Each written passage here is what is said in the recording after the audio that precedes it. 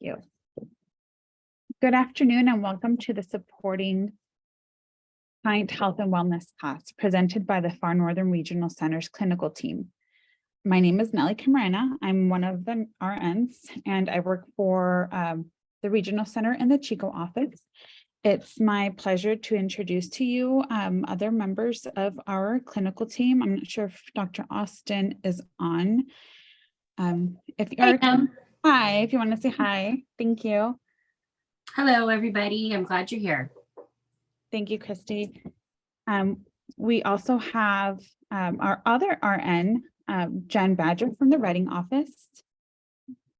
Hi, everybody. Welcome. Thank you. It's so nice to have all of you here today, and I hope you find the information presented useful in the day-to-day care of our clients.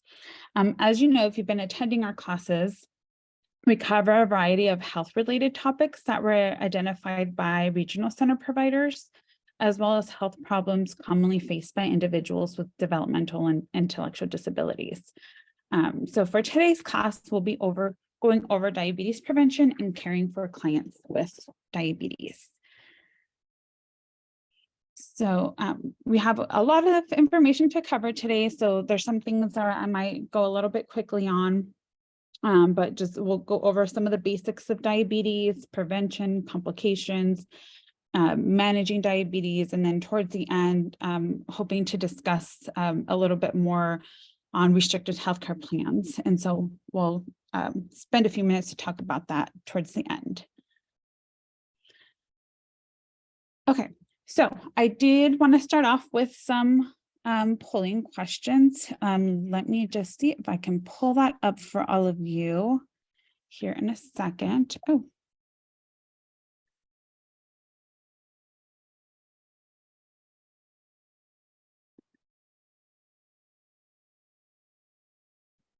Okay, if not, let's go ahead and use our chat box for this.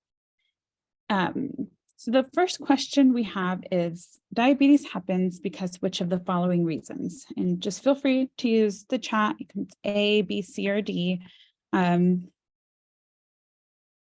A says your nerve cells use too much blood sugar. B, your muscles use too much blood sugar. C, your body can't use blood sugar the way it should. Or D, your body makes more insulin than it needs.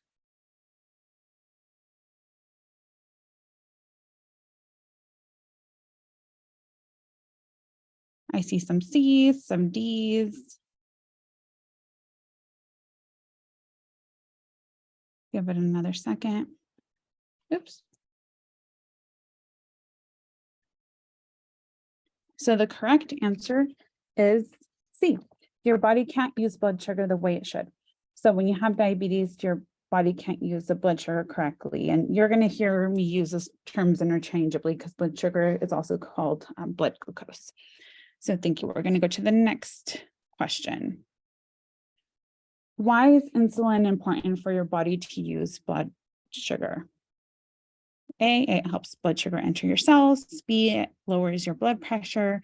C, it raises your cholesterol levels. Or D, it keeps your sucrose levels normal.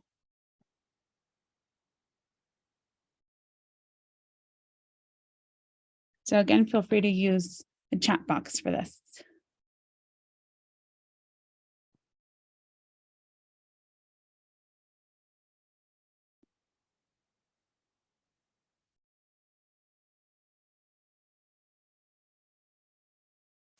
And the correct answer for this one is A. It helps blood sugar enter your cells. Okay, we have one more before we jump into the presentation. So question 3, a certain gland or organ doesn't work right in a person who has type 1 diabetes. Which gland or organ is it? Is it the pituitary gland, pancreas, adrenal glands, or kidneys?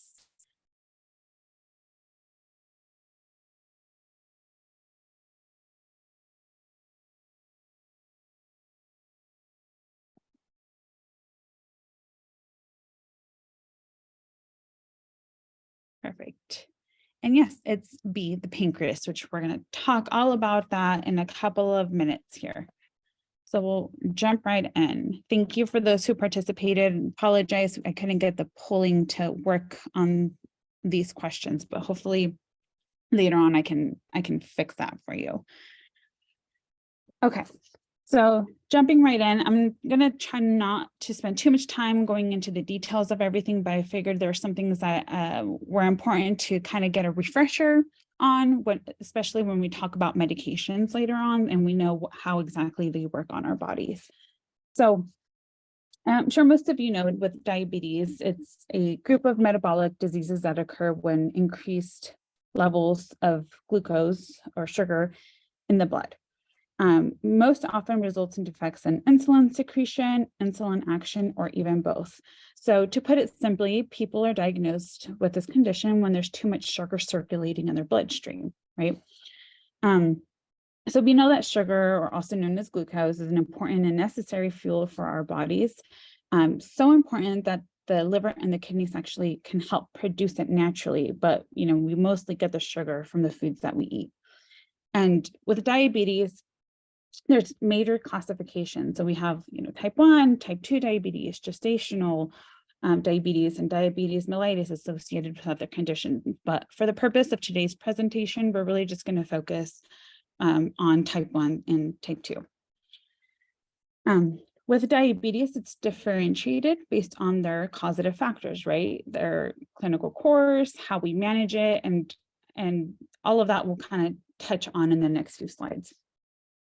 But first, before we jump into that, I did want to spend a couple of minutes here talking about and understanding the impact of several hormones in our body that actually play really important roles in regulating our blood sugar.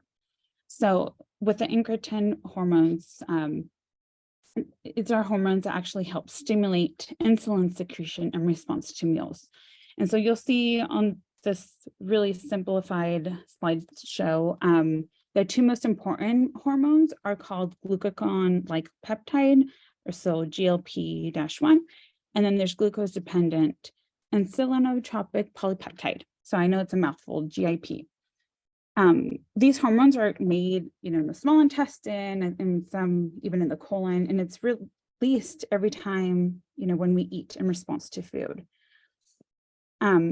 So when these hormones are released, they help stimulate insulin secretion in the pancreas. So I super oversimplified that, but I wanted to spend a few minutes on it because we're going to talk about it later when we talk about medications, certain medications that actually target these hormones when it comes to diabetes management. The other two areas I wanted to talk about as well are glucagon and insulin, which are also super important and also play really important roles in regulating blood sugar. Both of these come from the pancreas, the alpha cells in the pancreas. I think you can see it here on this picture. Make and release glucagon, and then the beta cells in the pancreas make and release insulin. The difference in how these hormones contribute to blood sugar, the differences in how these hormones actually contribute to blood sugar regulation. So with glucagon, it helps increase blood sugars, whereas insulin will help decrease the blood sugar levels in the body. So when we consume food, the hormones that we talked about in the last slide help stimulate the insulin. And so when insulin is released, it then helps move the glucose or the sugar from the blood into the muscle, liver, and fat cells as insulin level increases. And the functions of the insulin not only includes the transport and metabolism of glucose for energy, it also helps stimulate the storage of glucose in the liver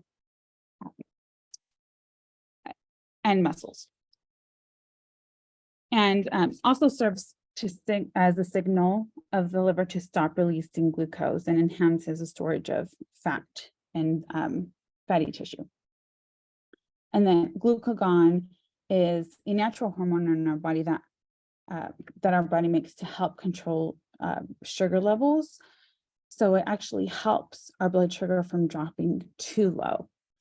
The alpha cells in the pancreas makes the glucagon and releases it in response to a drop in blood sugar. So sometimes, when we've had prolonged fasting, we haven't eaten anything in a really long time, or we've had like a really intense exercise or really protein-rich meals, normally this glucagon is released to help kind of raise the level in our body. So it helps kind of the checks and balances, right? So our blood sugar doesn't go too low. So that's just, again, oversimplified of how these different hormones work in conjunction to help kind of maintain our blood sugars regularly throughout the day. But when we talk about diabetes, it's important to kind of know what's working, what's not working, especially when differentiating between type 1 and type 2. So again, really oversimplified pictures on these slides. So like I mentioned, we're really just going to be focusing on type 1 and type 2. So with type 1 diabetes occurs at every age and in people, every race, shape, and size, right? It's characterized by the destruction of the pancreatic beta cells that I shared in the previous slide. If you can recall, these are the cells that are responsible for making insulin.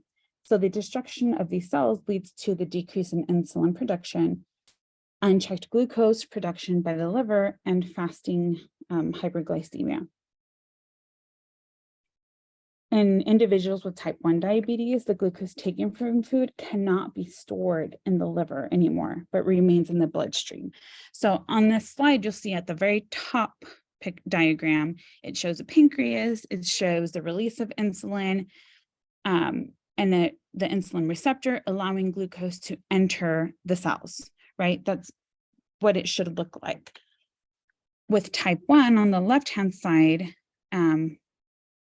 because there's the destruction of the B cells, there's no insulin or not enough insulin that's being released. And so that's problematic because then you have all the sugar circulating around that can't enter the cells.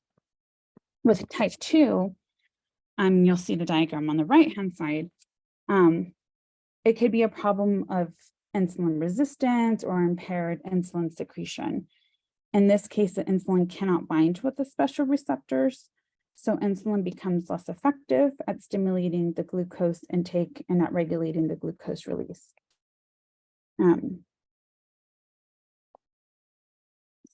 Okay, we're going to go to the next slide.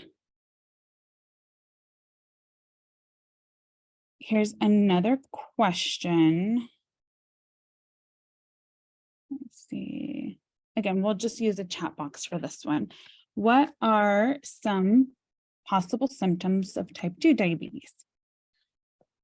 So we know there's a lot of symptoms, but for the purpose of this question, is it skin infections that don't heal easily, fatigue and drowsiness, dry, itchy skin, or all of the above?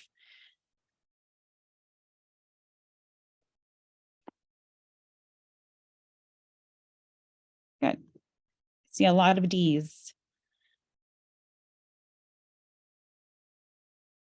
Thank you. And that is the correct answer, all of the above.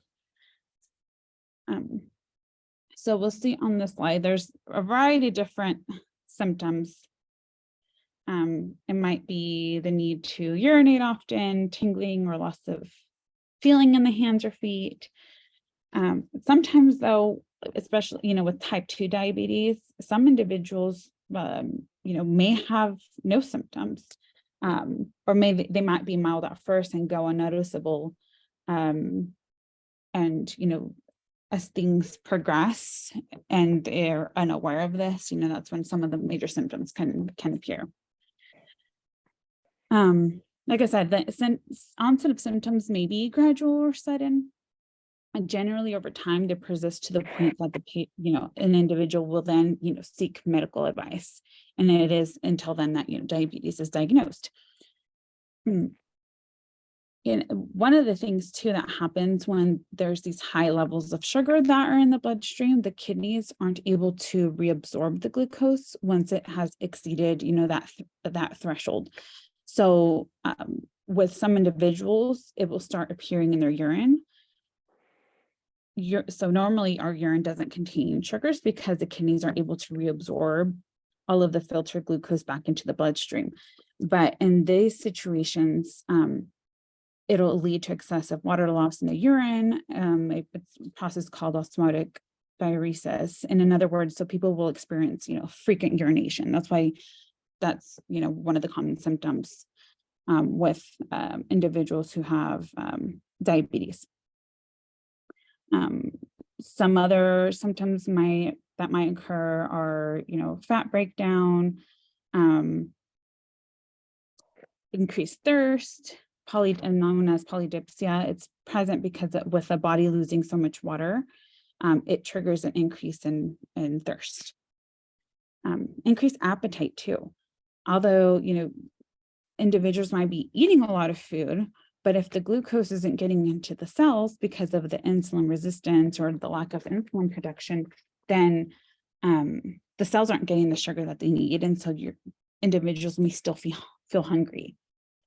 Fatigue and weakness, sudden vision changes, tingling or numbness in hands or feet due to the decrease in glucose in those cells, dry skin, skin lesions or wounds that are slow to heal. Again, because with individuals with high sugars kind of circulating in their body, it doesn't allow white blood cells that are needed for the wound healing to kind of pass, because a lot of the times the sugar is what's crowding inside the blood vessels. So you'll see that. Recurrent infections. So there's, several symptoms that can appear with individuals, especially when they don't know that they have diabetes. So how can we test? The next two slides, we're going to talk about several ways that individuals will get diagnosed with diabetes. You may have heard of the A1C test.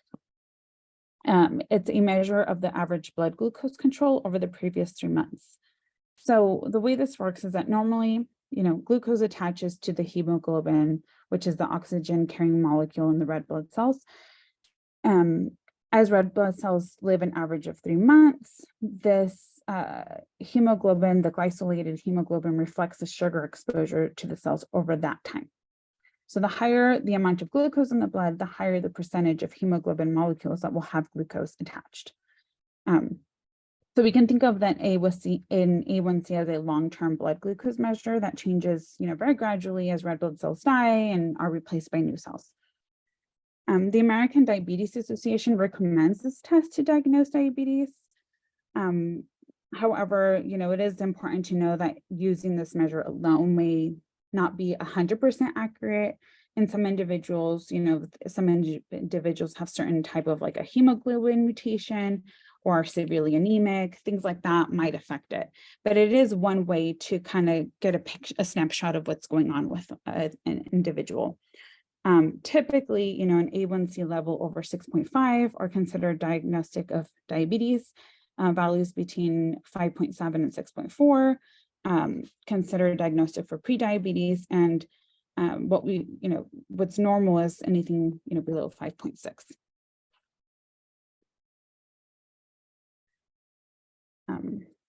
There's other tests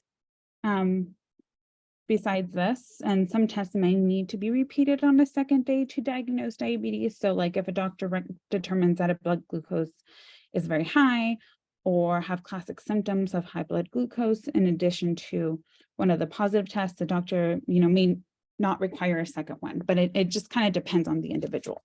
So one of those is the fasting plasma glucose test. It's taken after someone has, abstained from consuming food and drinking for at least 8 hours. And then a normal plasma glucose level after fasting should be between 60 and 99. And diabetes is not confirmed until, 2 separate fasting plasma glucose tests where each measure 126 or more. And this slide kind of breaks it down as far as what the numbers look like, what's normal, what's, considered pre-diabetic, and then diabetes. And then there's also the oral glucose tolerance test.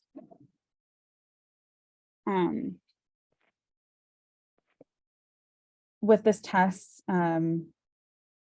this is the one where an individual is also asked to not consume any drinks or food except for water for 8 hours. And then during the test, they drink a liquid containing a known amount of glucose.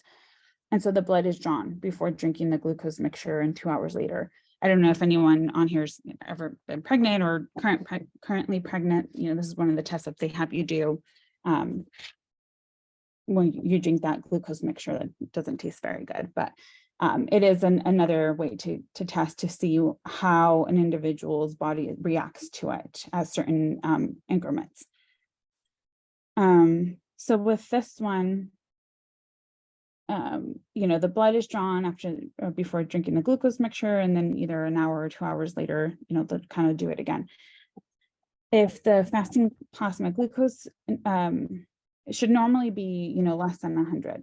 Values from 100 to 126 are diagnostic for pre-diabetes, and then fasting plasma glucose levels equal or above 126 are diagnostic of diabetes. And then, so that's just, again, just a couple of ways that some providers may, some of the testing that might occur for individuals to diagnose diabetes.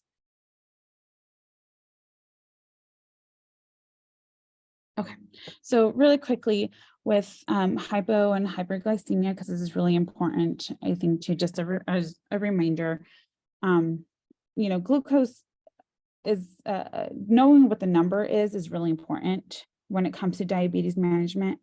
But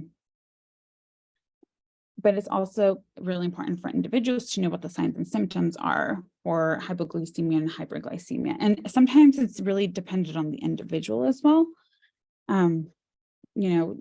Just to know what that looks like for them. But in general, someone with hyperglycemia might experience, kind of, you can look on the list on there. We talked about the frequent urination, the thirst, nausea or sleepiness after eating, and then low blood sugars, might feel hungry, shaking or tremors, sweating, dizziness, fast heart rate, anxiety.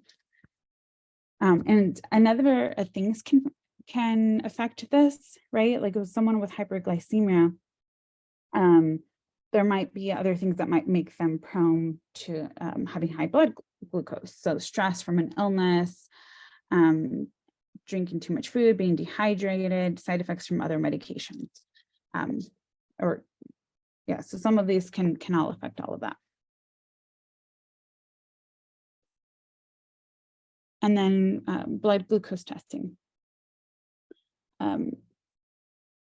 So with blood sugar testing and monitoring is a primary tool that we have to find out if the blood glucose are within a normal target range. Because it is really important for the sugar levels to stay within a healthy range. If it gets too low, we can lose the ability to think and function normally. And if it gets too high, it can cause, damage or complications to the body over the course of many years. So logging the results is really vital. If at any time you are working with a client that requires blood sugar checks, it's important that this is getting documented in the log so that they can bring this to the doctors and have a better sense of what their sugars look like. It will give the provider a good picture of their response to their diabetes care plan. The American Diabetes Association, I wasn't able to put it on the slide today, but if you go onto their website, they have a printable log that can be used. So again, just encouraging any one of you to take a look at that if you are working with an individual that has diabetes. Because with that log, it's just another way to keep track of it. And the individuals who, are taking insulin, if they're pregnant, if they're having a hard time reaching their blood glucose targets or have periods where their blood sugar drops too low, those are all individuals that should really be encouraged to be keeping track of their sugar levels. So on the left side, you'll just see a glucometer. This is individuals who can check their blood glucose level by poking their fingertips and using the meter to check. There's other individuals that might use a continuous glucose monitor to measure the blood glucose level at that moment, which is shown on the picture on the right. It's a continuous glucose monitor, CGM for short. It's a wearable device that makes it really easy to track blood sugar levels over time. So it's a small sensor that's placed under the skin, usually like the arm, or some individuals might have it like in their belly. And there's an adhesive tape that you can see right there that kind of holds the sensor in place. This one's really neat because it can, it's taking readings constantly, and that information gets transmitted to either a handheld device called the receiver. It kind of looks like you'll see the picture here. Or for some individuals, they can download an application to their smartphone and then get their numbers that way too. So if you have an individual that you think might benefit from having something like this, it's really neat because they don't have to be poking themselves so often, they have these sensors that get changed every 7 to like 14 days, and just helps to have a clear picture of what their blood sugars are. It is, it's something that they should talk to their doctors about, because it can be covered by Medicare Part B, and recently Medi-Cal started covering it, just depending on the individual situation. So it's always a good idea if we think that we have an individual that might benefit from that, talking to them and talking to their doctors about exploring this as another option.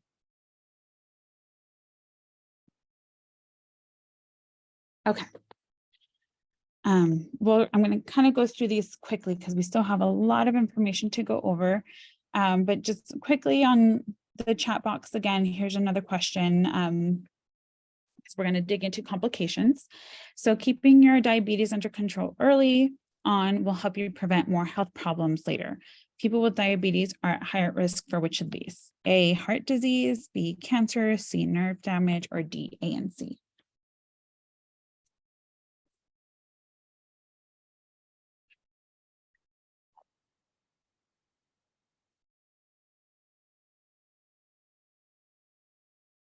Okay, I see a lot of D's, and that is the correct answer. We're going to talk about different body systems and how uncontrolled diabetes can cause complications later on. So one of the more immediate complications, which we kind of touched on when we talked about hyperglycemia versus hypoglycemia, is hypoglycemia. At any time an individual's blood sugar drops, critically low, it requires immediate attention. And it's important to know what the signs are so that we can intervene right away. Diabetic ketoacidosis is another emergency. That's caused by, again, just a complication and all of that, where blood sugar is really elevated and can cause dehydration, electrolyte loss, and acidosis. So those are kind of the two that we should always know what the symptoms are in our particular individual so that we can intervene. Then complications over time, with diabetes that goes untreated can affect, you can see on this picture, on this diagram, different systems. So, with the heart, it can damage blood vessels over time and nerves that control our heart. People with diabetes are also more likely to have their conditions that raise the risk for heart disease. So having both high blood pressure and diabetes can make it much more complicated. In addition, a lot of individuals with diabetes, their chances of having a stroke are 2 times higher than those that don't have it. And as we know, that is also can be debilitating or even life-threatening because it can damage the brain tissue and cause disability or even death. So really, individuals should be able to, or should, manage blood sugars, the blood pressure, cholesterol, and weight. Chronic kidney disease is another complication. Both type 1 and type 2 diabetes can lead to kidney disease if it's not controlled.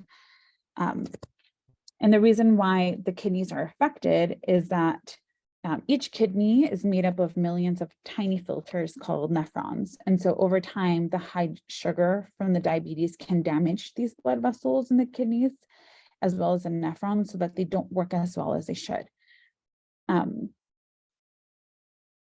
It takes a long time to develop and usually doesn't have any signs or symptoms in the early stages. But that's why it's important to have that controlled and to get tested periodically. So if we have an individual that we're caring for that we know is diabetic, making sure that when they go in for the regular, checks, that the doctor is checking their kidney function too. And they can do that with a simple blood and urine test. Neuropathy is another big one. It can lead to nerve damage from having, high sugar levels for a long time. It can damage the nerves, and it'll stop sending messages to different parts of the body. So it can range from nerve damage can range from, mild numbness to pain that makes it hard to do normal activities. It can really affect nerves in any part of the body, but a lot of the times what we see is the nerves in the feet and the legs are the ones that are most affected. Vision is another big one too, damage to the eyes over time. Eye diseases that can affect individuals with diabetes include retinopathy, macular edema, cataracts, and glaucoma. Retinopathy is caused when the high blood sugar damages the blood vessels in the retina, which is the light sensitive layer of cells in the back of our eyes. So that, that's with the eyes. It can affect oral health. Gum disease can be more severe and take longer to heal if someone has, chronically high blood sugars. And so it just affects all these different areas. Okay, another chat box here. Question. So I know we kind of skimmed through that fairly quickly with complications, but why do we think that the individuals that we serve are at an increased risk of developing type 2 diabetes? And please, again, use the chat box for this. Because we're going to dig into risk factors next. Unhealthy eating, yes.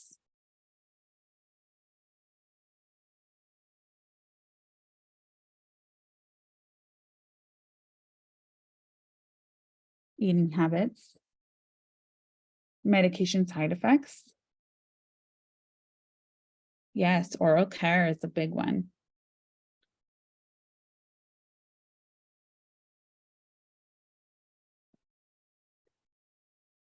So we'll dig into it on the next slide. So some of these affect, a lot of us, right? Some of us might have jobs where it's more sedentary, like, we're not up and walking around. It's hard to, be active and do a lot of exercise and physical activity.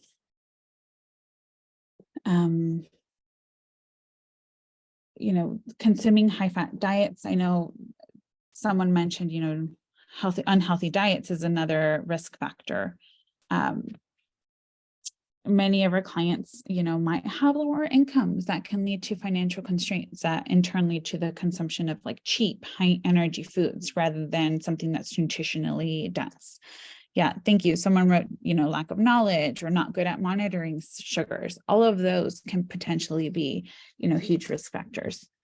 Someone mentioned medications. A lot of their individuals are also on antipsychotic medications, and that can also increase the chances of developing diabetes. They might be, obesity is one someone mentioned. A lot of our individuals might be less likely to have regular health checks. And then there's some individuals that we serve that have syndromes associated with diabetes, right? Like Prader-Willi or Down syndrome. Caregiver dependency. For many people with ID or DD, there's a greater dependency on family and paid caregivers to recognize the signs and symptoms of diabetes and help them organize health checks with a nurse or a doctor. And many of our clients may not understand the signs and symptoms of this, or might not be able to communicate the symptoms to their healthcare providers. So that can also be a risk factor. And the other thing too is, when we're working with clients, especially if we're the ones helping coordinate doctor's appointments or assisting them with that or accompanying them with that, making sure that all of that's communicated to the doctors and the medical team so that they can work with them, and ideally they can spend more time with the caregivers and the staff to provide education, and just help assess what's going on with them and get them connected to services that might be able to help in the long term.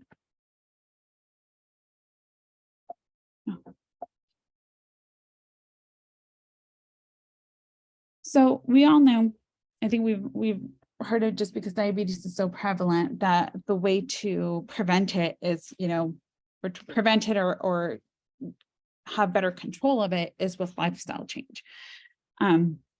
It's really about keeping weight under control, exercising, eating a healthy diet, not smoking.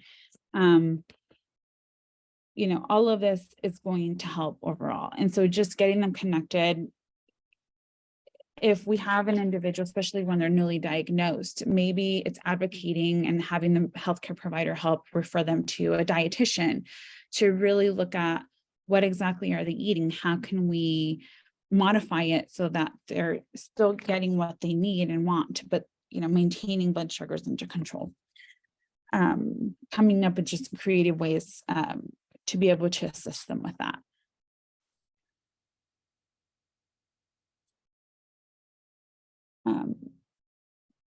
Let me go to this slide. So healthcare maintenance. I wanted to just address this really quick. The UCSF has a section with on healthcare maintenance in general for adults with developmental disabilities. And when they talk about the section on diabetes, it is highly recommended that all individuals are screened at least every 3 years until the age of 45, and then screened annually after age of 45. If there's individuals that are on antipsychotic medications, they should be checked annually, and then screened annually for patients with syndromes associated with diabetes. So again, if you are a caregiver that's assisting a client, whether it's in their home or providing, ILS services or SLS services, or even in day programs, working with the client and those around them to ensure that they're getting proper care and going in for regular health checkups, and making sure that when they are getting those health checkups, that all of this is getting addressed, that they're getting screened annually, or if they do have been diagnosed with diabetes, that we're providing accurate information to the providers, assisting with diabetes logs and medications and all of that, so that all of that's communicated to their medical team. Okay, we're going to jump into different types of medications that some individuals might be prescribed if they have diabetes. So I keep stressing this, with type 2 diabetes, we know that it's caused by either resistance to the action of insulin or an inability to make enough insulin to overcome that resistance. So with an individual with type 2 diabetes, treatment really focuses on ways to control the blood sugar and lowering the insulin resistance. So every treatment plan starts with a healthy diet. We talked about that in the last slides. That's really critical, ensuring that if someone's overweight or obese, working with them to help lose that extra weight and staying active. If this doesn't keep the blood sugar on target, then that's when the provider will start looking at medication to assist. And there's different types and classes of medications that work in different ways to lower the blood glucose levels for those with type 2 diabetes. Some are taken by mouth and others are injected. We're just going to talk about some of the main common ones that you might have seen, individuals prescribed. So one of them is metformin.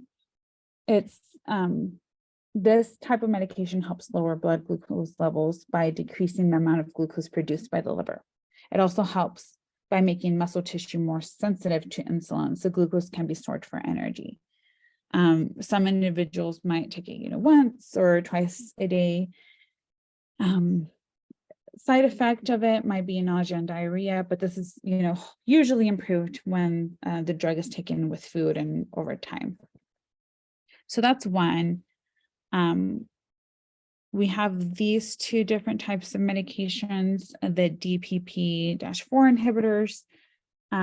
These typically help kind of improve the A1C overall without really dropping the blood sugars too much. So they work by preventing the breakdown of the hormones in the body, the GLP and GIP that we talked about earlier in the presentation. If you can recall, those are the hormones that help reduce blood glucose by stimulating the release of insulin. So what these medications do is that they kind of interfere with that process of the breakdown of the GLP and the GIP by allowing these hormones to remain active in the body longer. In a sense, will result in lowering blood glucose levels. Usually they're well tolerated. Some of the common medications you'll see is like Januvia, Tradjenta, and Acina.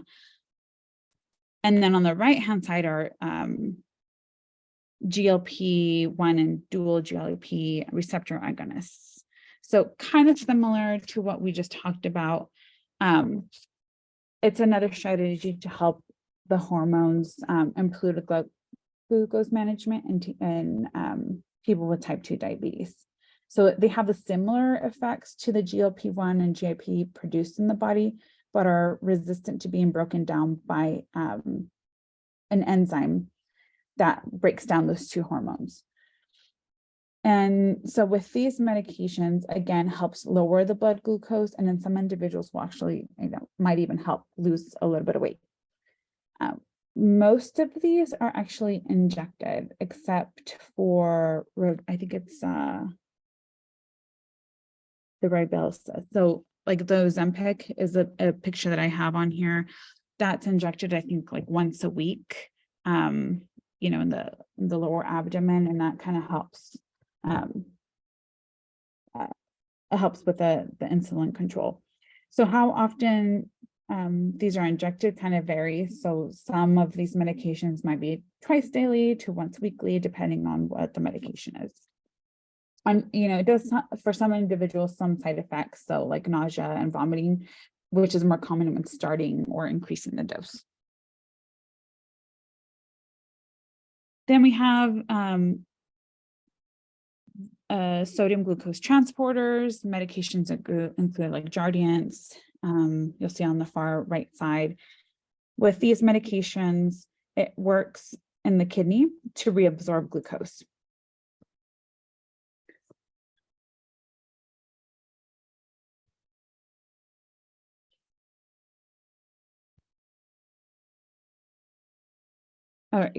Excuse me, it helps with limits the kidney's ability to take in sugar, which increases the amount of sugar that leaves the body in the urine.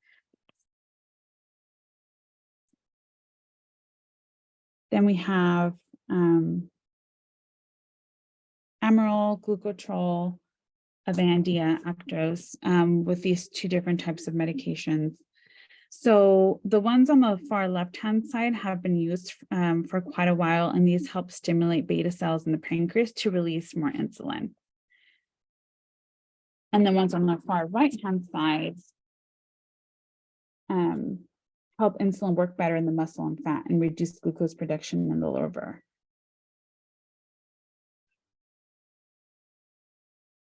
And then we have other types of medications. So these are kind of less commonly on the left-hand side. Some of these drugs help the body lower glucose by blocking the breakdown of starches, such as bread, potatoes, pasta, and intestine. And then others are cholesterol-lowering medication that also reduce blood glucose. And then combination therapy, that's really, when an individual is on, different types of medications, like because the drugs listed in the previous slides act in different ways to lower blood sugar, they might be used together to help meet an individual's goals. So for example, someone might be on metformin and a DPP-4 inhibitor shortly after being diagnosed to kind of help regulate the blood glucose to a normal level. But that's, just one example. There's different combinations that might be used. That's why it's important, that we work with healthcare providers. and finding a good combination. And then there's insulin. So with insulin, I'm just going to go over this kind of quickly. People with type 1 diabetes, we know that the pancreas no longer makes the insulin. And so that's why those individuals need to actually take insulin. There are also individuals with type 2 diabetes that eventually may need to take, in addition to oral medication, insulin shots to help their bodies also use it for energy. So I'm going to skip over that. With insulins, they're categorized by differences in their onset, the peak duration, concentration, and their route of delivery. So you'll see here the rapid acting insulin, those usually begin to work about 15 minutes after the injection, peak about in 1 or 2 hours after injection, and last between 2 to 4 hours. And so some of the insulins that we see for those are like Novolog or Lispro. Then regular or short-acting insulin usually reaches the bloodstream within 30 minutes after injection. And some of those that you'll see is like Humulin, Novolin, as an example. And then we have intermediate acting insulin that usually reaches the bloodstream about 2 to 4 hours after the injection. And medications for those, you'll see like Humulin, Novolin, Relion. And then long acting, that reaches the bloodstream several hours after injection and tends to help kind of lower glucose levels, up to 24 hours. So you'll see like Levemir, Lantus as an example.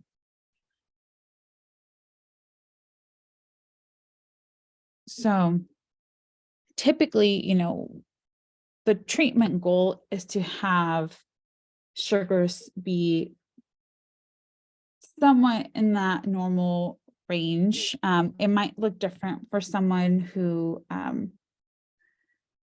who has diabetes, because even though the goal is to have the blood sugars return to our normal or natural level, it might be difficult for someone who has excessive low blood sugars. And so it just it'll depend individually on what that looks like. So for someone who doesn't have diabetes, before meals, their level should be, between 60 to 100. And then, after meals, you'll see that here. And then someone with diabetes, it might be a little different. It might be a little higher just because, especially if they're on insulin, we want to make sure that their blood sugars don't go too low.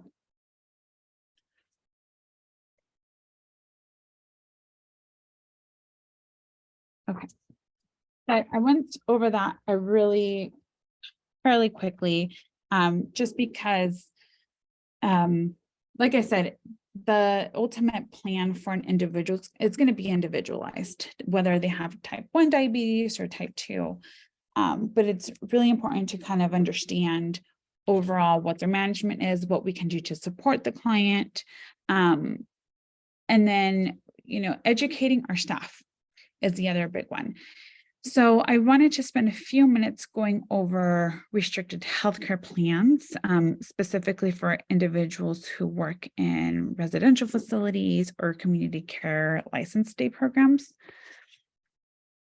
So when it comes to working with individuals who are insulin dependent, a restricted healthcare plan is required for them.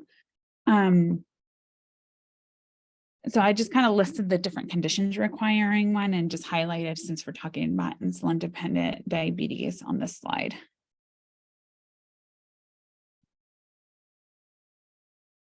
So when it comes to working on a restricted healthcare plan with someone or for someone with insulin dependent diabetes, it's important that staff are trained by a licensed healthcare professional on the signs and symptoms of hyper and hypoglycemia and what actions to take if they occur.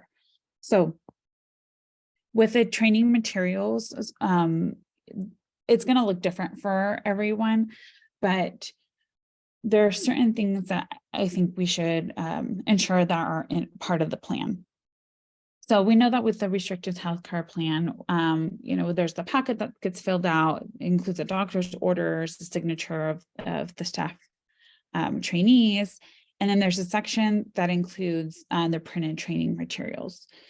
And, some of the things that we think should be included in there for those individuals are, again, what the signs and symptoms are for them, because it might look a little different from one person to another, or they might, respond a little differently. So ensuring that staff are being trained on what to look for, and then also how to respond. So, what does it look like when someone's blood sugar goes really low? What should we be giving them? It's juice or whatever it is, depending on the situation. Or if their blood sugar goes really high, we should have protocols in place, especially if for someone who, is on sliding scale insulin and requires, blood sugar checks before meals and providing insulin coverage for that. It should be very individualized for that individual. So all of that should be included in the training to the staff.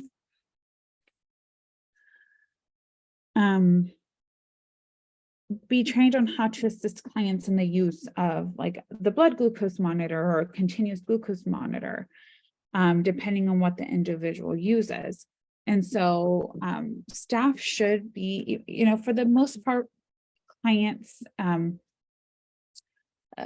if clients need assistance in this area, then staff should know how to be able to help them, assist with the blood sugar checks and the use of the glucometer and how to troubleshoot and ensuring all of that is properly used when working with individuals that require a restricted healthcare plan.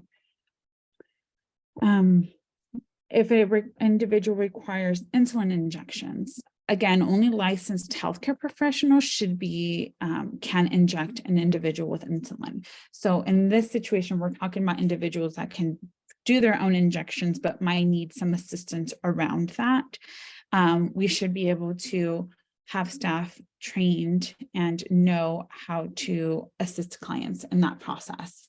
Again, knowing the different types of insulins. I know we kind of skimmed through that really quickly, but what insulin is an individual on is a short acting.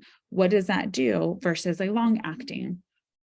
Working with them on that because, the use of insulin, it's really important for our individuals, but can be also very dangerous if not used properly.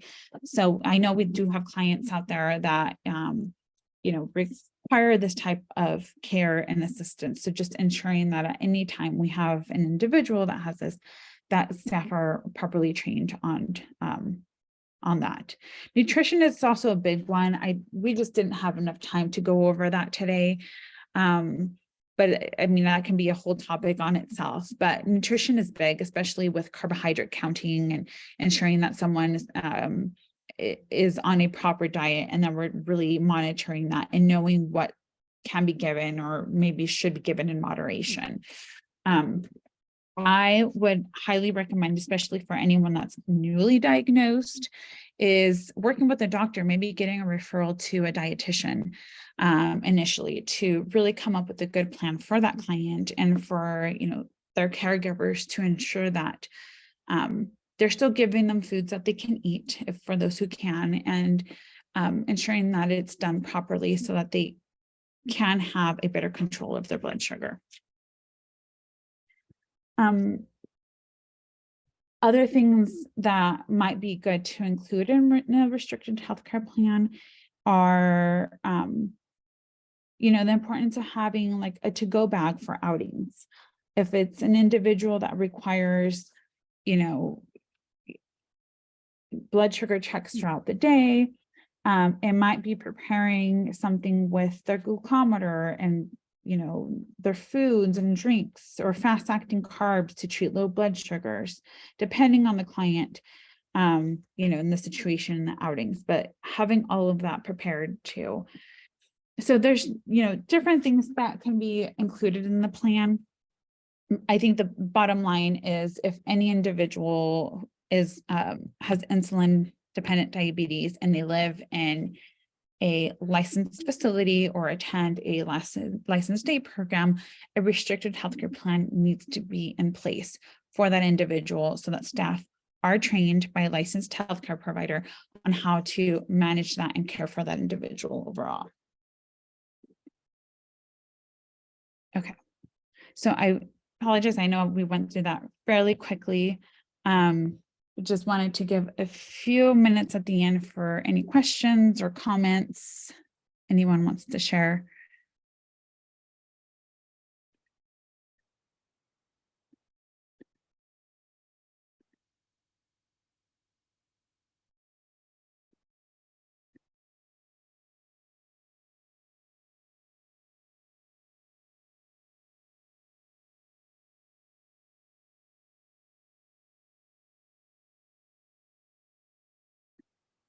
Well, if we don't have any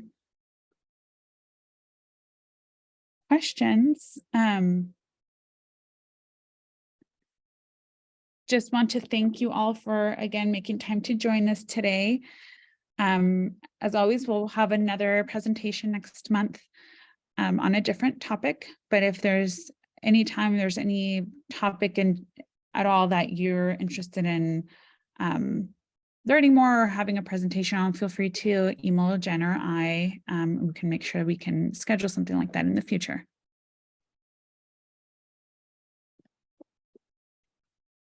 Thank you, everyone.